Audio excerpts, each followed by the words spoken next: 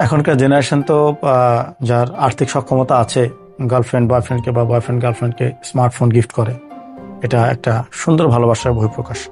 কিন্তু যদি ভিনটেজ ফোনের ক্ষেত্রে যাই, এটা আমার ভালোবাসা। আমাকে যদি কেউ আইফোন না দিয়ে তার কাছে থাকা 20 বছর আগের একটা ফোন দেয়, আমি অনেক বেশি খুশি অনুভব করি।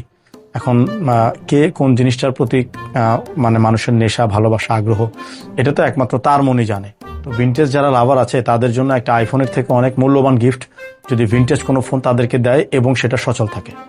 আমি যেহেতু স্মার্টফোন সেলার এবং বাংলাদেশে আমার একটা ছোটখাটো পরিচিতি আছে, প্রতিদিন আমার প্রতিষ্ঠান, আমার প্রতিনিধি যারা আছে ফেসবুকে এবং ওভার দ্য ফোন অন্তত 2 জন 3 জন 5 জন কখনো 10 জন পর্যন্ত মানুষ আমার ভিডিও দেখে আমার সাথে যোগাযোগ করতে চায় এবং আমাকে রিকোয়েস্ট করে আমি যেন আমার কালেকশন থেকে একটা ফোন তাদের কাছে বিক্রি করি।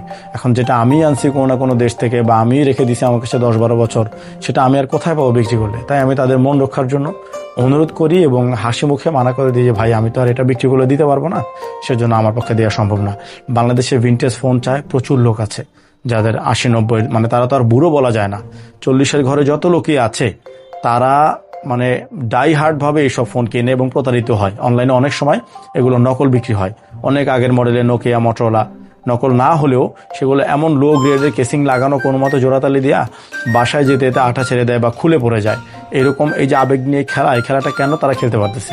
বাংলাদেশের ভিনটেজ ফোনের এই 80-র দশকের যারা এখন বর্তমানে যুবক, তারা এগুলোর সাথে স্মৃতিবিজড়িত থাকায় তারা অনেক সময় এগুলো খুঁজে কিনে, আমার কাছেও প্রচুর কিনতে চায়, কিন্তু আমি বিক্রি করি না। কারণ আমার প্রত্যেকটা ইউনিটই সেই আগের বিল্ড, আগের কেসিং, এবং আমার অনেক ফোন আছে 90% ফোন কখনো খোলা হয় নাই।